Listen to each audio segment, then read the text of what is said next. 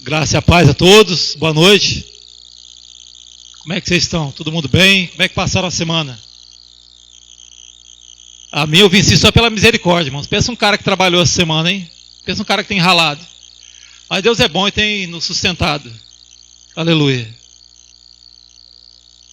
O cara pediu para ser pai, né? Tem que ralar, tem que dar os pulos. E Deus é bom, tem nos dado condições de ser, na medida do possível, um bom pai. E está cuidando das obrigações. E tentando ser um servo de Deus a cada dia melhor. E falando em pai, querido, o Saulo hoje falou, acho que de manhã você me ligou, né? Meio-dia, não sei. Aí falando, Cleber, tem como você dar a mensagem hoje? Eu não tinha nada especificamente preparado, mas eu andei pensando nesses dias sobre pai, sabe? Desde pequeno, querido, eu tinha 8 anos, eu pensava em ser pai. Já pensou, o cara era adiantado? Mas sonhava, né? Quem sabe ter filho e tal. E um dos meus objetivos, querido, era ser pai solteiro. Por incrível que pareça, é um sonho realizado. Mas, sabe, amado? Pai é uma coisa interessante. Pai e mãe em si. Eu fui criado numa família muito simples, sabe? E aos 14 anos de idade, eu saí de casa e fui viver minha vida. Eu tinha um pouco de vergonha dos meus pais, por ser de uma família bem humilde. Meu pai era um cara muito pão duro, não era que ele não tinha condição, mas ele privava a gente de muitas coisas. E era até difícil de trazer os amigos para casa. Não era fácil. Estou falando de uma coisa bem particular aqui da minha vida, mas funcionava assim. E eu comecei a sair muito cedo. E tinha muitos amigos, sempre fui um cara conversador, então você acaba conquistando muitas amizades. E os amigos, Kleber, eu vou lá na tua casa. Eu tinha um pouco de receio por causa da simplicidade de casa, e eu era o irmão mais velho. E quem conhece a minha família, minhas irmãs, hoje elas são as moças, bonitas, são grandes, são casadas. Mas na época não era tanto, né? Era aquela escadinha assim, ó, 1, 2, 3, era numerado. E eu era o mais velho, então eu era descolado, tinha uma amizade boa, tinha um pessoal bacana que saía comigo, e a gente estava ali sempre curtindo, tomando uma cerveja, dançando por ali, e fazendo as festinhas particulares. Mas quando eu falava, Cleber, vamos na tua casa, eu ficava meio assim, cara, vamos ver outro dia e tal. E meu pai, ele é um cara bem simples também, cara, um cara extraordinário, minha mãe também era. Mas eu tinha um pouco de vergonha. Meu pai é um cara engraçado, ele tem um sotaque engraçado, o Reginaldo conhece. Você ouvir ele falando, dá vontade de você rir. Ele é um cara, um homem extraordinário. Mas eu louvo a Deus, com 19 anos, 20 anos, voltei para casa. E aí já não tinha mais tanto assim receio, né? Meus irmãos já estavam um pouquinho maiores, não tinha aquela escadinha para apresentar. Ué, Kleber, e essa galera aí, esse povinho aí? Eram meus irmãozinhos, minhas irmãs. Mas funcionava assim.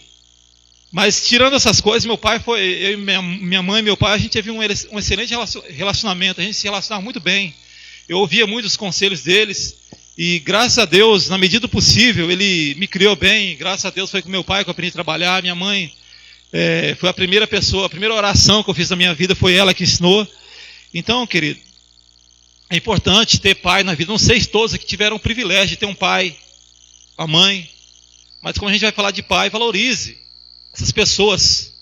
Quando ninguém mais te quiser, meu amado, quando ninguém mais te valorizar, quando ninguém te dá valor, essas pessoas vão valorizar você. Essas são as pessoas que te amam de verdade. Eu digo para vocês, crianças, talvez vocês achem o pai meio quadrado, talvez igual eu também achava meu pai e minha mãe, a simplicidade que eu vivia, ficava um pouquinho de vergonha, se sentia ali meio acuado nos cantos. Eu não tive o privilégio de ter um pai descoladão, um cara sofisticado igual o pastor Severino, Saulo e o Silas tiveram esse problema. Um cara de 60 anos, sofisticado, inteligente, bonitão. Então não tiveram esse problema, mas eu tive. Tinha um pouco de complexo em relação aos meus pais. Mas eu venci isso. No Evangelho, aprendi a dizer, a gente não tinha o costume de dizer que amava, a gente não tinha esse... Eu nunca duvidei do amor deles por mim, eles também nunca duvidaram do amor meu por eles, mas a gente não tinha esse costume de falar do amor em casa. Ó, pai, mãe, eu te amo, e nem falar, mas eu sabia que eles me amavam. Quando eu me converti, eu passei a dizer para minha mãe e para meu pai que eu amava eles, um pouco no receio, mas falava. E os últimos dias da minha mãe, quem cuidou dela foi eu. Ela faleceu há uns 3 anos, a gente cuidou dela. Mas glória a Deus, eu pude aproveitar um pouco mais disso. Mas você que está tendo a chance, aproveite, meu amado. Aproveite que pai é uma coisa extraordinária. É bom você valorizar seus pais. Valorize, porque amanhã eles podem faltar. Você não vai ter, talvez, eles para sempre. Então valorize, não importa. Ame essas pessoas, são pessoas especiais. E a Bíblia tem promessa em relação a isso.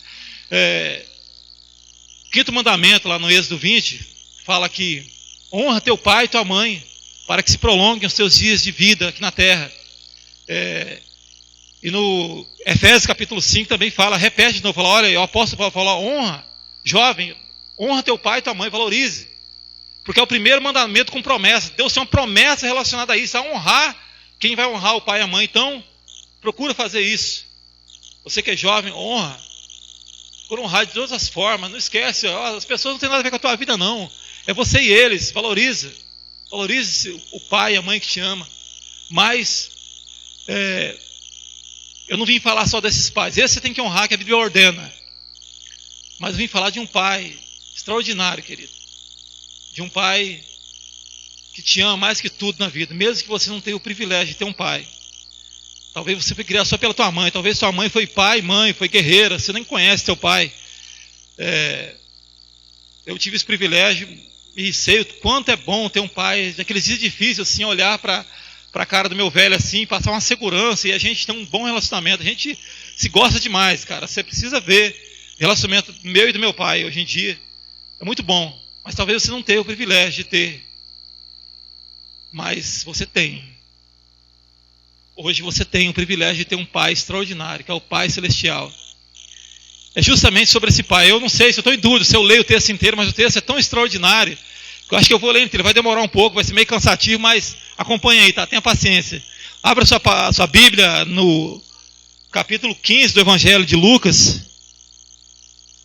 Eu vi essa pregação, não vou falar exatamente igual o cara que eu ouvi falando. A primeira vez que eu ouvi essa mensagem, eu vi o pastor Caio Fábio falando. Eu vi, de uma certa maneira, ele falando desse texto que eu me encantei pela forma que ele abordou falando do Pai. Ele não falou só desse texto, ele usou esse texto, mas ele usou vários textos da Bíblia falando do Pai. E eu nunca vi alguém falar tão bem da presença do Pai como aquele cara falou no dia que eu ouvi a mensagem dele. Lucas, no capítulo 15, deixa eu ver aqui, versículo 11.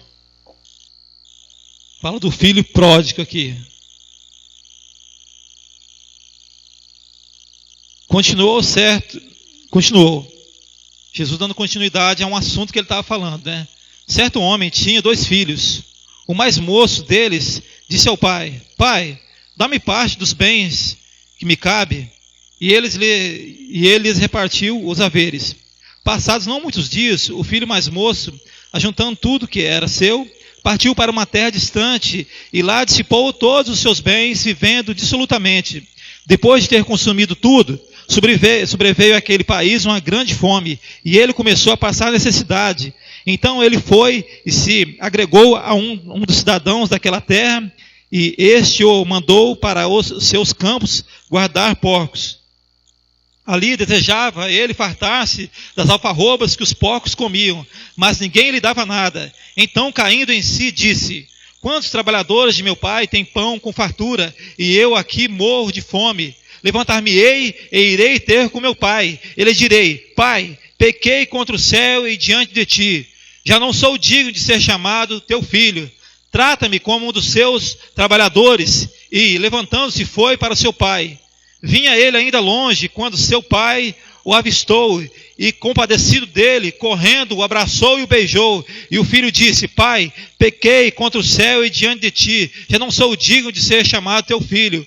O pai, porém, disse aos seus servos: Trazei depressa a melhor roupa, vestiu, ponde-lhe um anel no dedo, sandálias nos pés, trazei também e matai um novilho cevado. Comamos e regozijamos, porque este meu filho estava morto e reviveu, estava perdido e foi achado. E começaram a regozijar-se. Ora, o filho mais velho estivera no campo, e quando voltava, aproximar-se da casa, ouviu música e as danças. Chamou um dos criados e perguntou-lhe o que era aquilo. Ele informou: Veio teu irmão, e teu pai mandou matar um novilho cevado, porque recuperou com saúde. Ele indignou-se e não queria entrar. Saindo, porém, o pai procurava conciliá-lo. Mas ele respondeu a seu pai: há tantos anos que te sirvo, sem jamais transgredir uma ordem tua, e nunca me deste um cabrito sequer para alegrar-me com os meus amigos. Vindo, porém, esse teu filho, que desperdiçou os teus bens com meretrizes, tu mandaste matar para ele um novilho cevado. Então lhe respondeu o pai: meu filho, tu sempre estás comigo, tudo que é meu é teu. Entretanto, era preciso que nós regozijássemos e nos alegrássemos, porque esse teu irmão estava morto e viveu, estava perdido e lhe foi achado. Glória a Deus, aleluia. Deus abençoe essa palavra. Meu irmão, esse texto aqui, eu sempre vi ele como o texto do filho pródigo, né? Fala do filho que se arrependeu, do filho que fez besteira, fez as cagadas da vida e voltou para o caminho do Senhor. Então é pregado muito sobre ele. Mas esse texto, na realidade, ele fala sobre o contexto dele, todinha a história. Está falando, não é do cara que pecou, não está falando do cara que fez as loucuras, que foi promíscuo, que dissipou a herança do pai. Está falando do pai, está falando do próprio pai, está falando do próprio Deus. Sabe por quê? Pode ver que é uma continuação do assunto. No mesmo capítulo, ele fala uma parábola, fala de uma mulher, de um homem que perdeu uma ovelha, que tinha 100 ovelhas, e ele perdendo uma ovelha, ele deixa as 99 lá no campo e volta atrás daquela uma. Ele nem deixa lá, fica aqui as 99 e volta a procurar a ovelha perdida, volta a procurar aquela que se perdeu. E quando ele encontra, ele fica muito mais feliz por aquela que ele encontrou do que aquela que estava com ele, do que as outras 99, e festeja, e comemora ter achado aquela ovelha perdida. Está falando da alegria do pai quando encontra a ovelha perdida, do pastor quando encontra. Aí fala também, logo mais adiante, fala de uma mulher que ela tenha 10 dracmas, era uma moeda que valia talvez uma diária nos dias de hoje, mas ela ir procurando ela levanta, ela começa a varrer a casa, limpar a casa e procurar aquela dracma. E quando ela encontra aquela dracma, ela fica mais contente do que todas as outras 9 dracmas que ela tinha. E chama as amigas, chama os companheiros e vai festejar, tomar chá, comer bolo junto ali. Então, pela alegria de ter encontrado aquela dracma perdida. Então está falando de uma pessoa que procura a dracma perdida, que procura a ovelha perdida. E agora aqui ele fala de um pai, ele é mais específico, ele fala do pai que busca o filho perdido. E é interessante que esse filho, ele resolve abandonar a casa do pai e sai em busca, encantado pelas coisas do mundo, encantado talvez com vontade de se divertir, talvez era meio monótono estar ali na casa do pai, trabalhando na fazenda, vivendo ali com o pai, com a família. Talvez as coisas do mundo estavam encantando ele, talvez o mundo lá fora, conhecer uma cidade diferente, ter experiências novas, viver emoções novas. Talvez isso ele ouvia falar e talvez mexia com os sentimentos dele. E ele falou: pai, é o seguinte, eu tenho uma herança aí, o que o senhor acha? O senhor dá a parte que me pertence, eu vou tentar a vida aí. E o pai simplesmente não questionou, deixou ele sair. E sabe, queridos, Deus é dessa forma, o nosso pai é assim. Você está aqui hoje, você tem a liberdade de você fazer o que você quiser. Eu acredito que você está aqui voluntariamente. Eu acredito que você que é solteiro, você está sozinho, sozinha, porque você optou voluntariamente. Ninguém está te obrigando a você viver a vida que você está vivendo. Se você quiser hoje, você pode chutar o pau da barraca e fazer o que você quiser hoje. E falar: Deus, eu estou dando um tempo, sabe? Eu estou saindo. E Deus, ele vai entender você. Ele sabe que você tem sentimento, você tem emoção. E vai entender. Ele não vai ficar contente, tenho certeza que não. Mas ele vai entender. E esse filho pediu e deu herança. Aquilo que ele tinha conquistado na presença do pai. As bênçãos do pai. A saúde que o pai tinha dado àquele filho. As vestes, a roupa, o nome, o anel do dedo dele, a herança, o nome que ele carregava do pai, ele levou para o mundo. Ele tinha um aspecto físico bom ainda. Ele era bonitão, talvez, esse cara. Talvez ele era um homem atraente. E agora com dinheiro no bolso e com herança, ele conquistou amigos e pessoas, talvez, se alegraram com ele. E ele pensou: caramba, que vidão, hein? Cara, o que eu estava fazendo lá no evangelho? O que eu estava fazendo na igreja? Ó, isso aqui que é diversão, cara. Isso aqui que é vida. Agora encontrei a felicidade. Mas, assim como aquele jovem ali, querido, ele perdeu os bens dele lá no mundo. Tudo que ele levou de herança, talvez a aparência física, talvez a beleza que ele tinha, talvez o nome que ele carregava, o dinheiro que ele levou no bolso. A Bíblia diz que veio uma grande fome naquele país ali, veio uma crise, e ele perdeu tudo que ele tinha. E ele começou a mendigar. E achou alguém que deixou ele apacentar porcos. E a fome dele era tanto que ele desejava comer a comida dos porcos ali, mas ninguém lhe dava nada. E o mundo é assim, querido, ele te tapeia, ele te engana, ele mente para você, cria uma ilusão na tua mente. A Bíblia diz que Satanás é o pai da mentira, então ele é especialista em criar ilusões. Não é mentirinha não, é criar ilusões para iludir tua mente, os teus olhos, o teu coração, as suas emoções, de mexer com os seus sentimentos, a ponto de você desejar tanto sair do evangelho e sair, não, agora eu vou encontrar, e te engana. E mente para você, cria aqui dentro do teu coração uma mentira, e você se alimenta daquilo, e é enganado, e você vai. Mas chega uma hora, eu estava falando com o Reginaldo uns dias desses, que a vida é igual um cartão de crédito. Um dia a fatura vem, e o Reginaldo falou, Kleber, geralmente vem com juros, né? E é assim. Aí um dia vai chegar a hora, querido, igual esse filho encontrou ali. Encontrou ali, ele desejava, com fome. Aí você volta todo envergonhado. Cara, eu não sou nem digno de voltar para o evangelho. O que eu vim fazer da minha vida? Eu não conquistei nada daquilo que eu almejava conquistar. Eu achava que era uma coisa, era outra. Eu achava que eu ia ser feliz, mas eu nunca tive tão infeliz na minha vida. Eu nunca fui tão depressivo assim na minha vida. A minha vida nunca foi tão desgraçada assim antes. Por mais que no evangelho eu tinha tristeza, não era assim. Eu não estou falando para você que o evangelho é só maravilhas. Eu sei que você passa por luz, talvez as suas noites não tenham sido legais. E não estou querido, não é só você que passa por isso, todo mundo passa por lutas, mas ainda assim, estar com Deus, estar com Jesus é muito melhor. É muito melhor.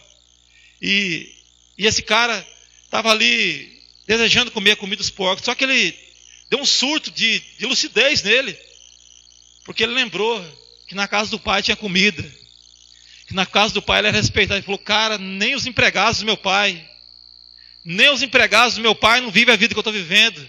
Até os empregados, até as pessoas mais simples da casa do meu pai têm o melhor.